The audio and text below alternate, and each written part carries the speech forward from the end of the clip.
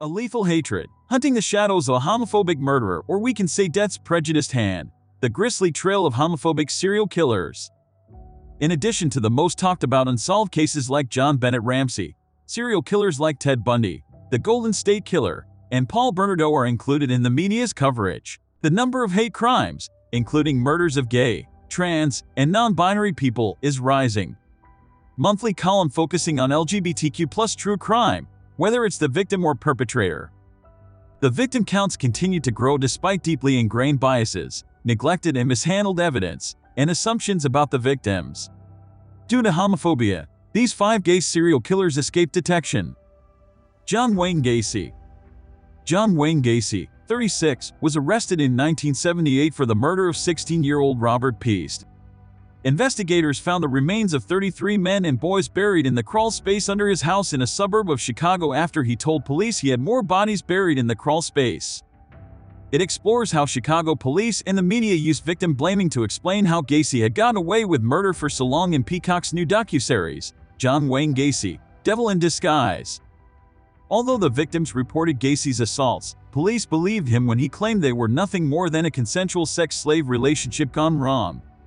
Rather than believing the victim, police ignored him, allowing Gacy to continue killing. Jeffrey Dahmer. Between 1978 and 1991, Jeffrey Dahmer murdered and dismembered 17 men and boys. Some of his victims were male prostitutes he met at gay bars in Milwaukee. In 1991, he had already killed 10 people, but no one was able to catch him. Nobody, police or civilians, had connected any of the disappearances or thought there might be a serial killer among them in Milwaukee's gay community. In addition to drugging, assaulting, and strangling his victims, Dahmer also experimented with keeping them alive but incapacitated. Having injected hydrochloric acid into Comrack synthesophone's frontal lobe, Dahmer left the 14-year-old alone in his apartment after committing his 13th murder. The next morning, synthesophone had awoken and escaped. Police were called by 3 young women who found him. After a fight, Dahmer claimed synthesophone was his boyfriend. The police made a few gay jokes before helping him take synthesophone back to his apartment.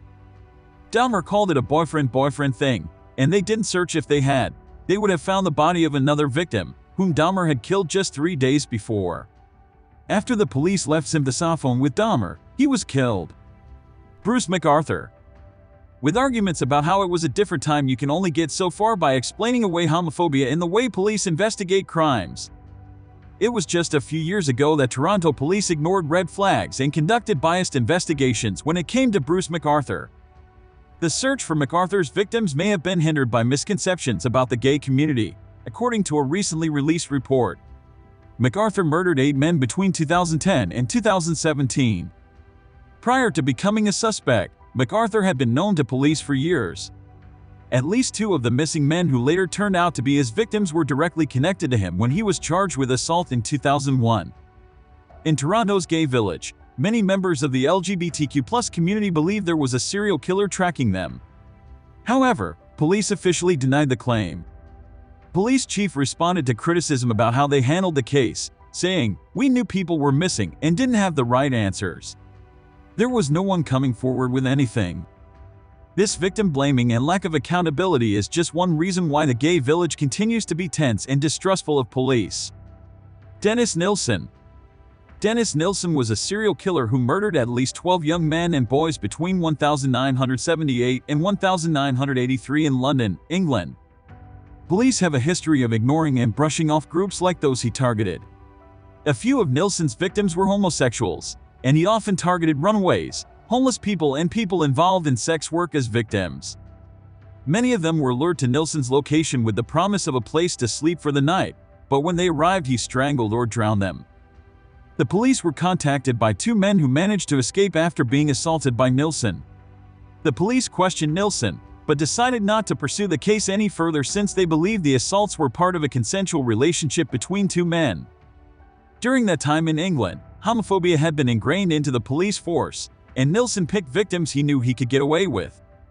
In his testimony at Nilsen's trial, Paul Nobbs, a victim who escaped murder, said he didn't report the incident because he was afraid he would be identified. During Nilsen's arrest, interrogation, and trial, after which he got away with murder because of police biases and homophobia. A drama on ITV described Nilsson's arrest, interrogation, and trial. Colin Ireland. Serial killer Ireland, who died in Wakefield Prison in 2012, said he saw killing as a career that would make him famous. The murders of Peter Walker, 49, Christopher Dunn, 37, Perry Bradley, 35, Andrew Collier, 33, and Emmanuel Spidery, 41, occurred when Ireland was 37 years old. A CBS documentary titled Voice of a Serial Killer reveals Ireland's motivations for his horrific killings. Through recordings of police interviews never before released to the public, Ireland details his horrific crimes and explains why he targeted gay men. Over the course of just 15 days, Ireland was active from 8 March to 12 June 1993, killing 5 gay men in the process.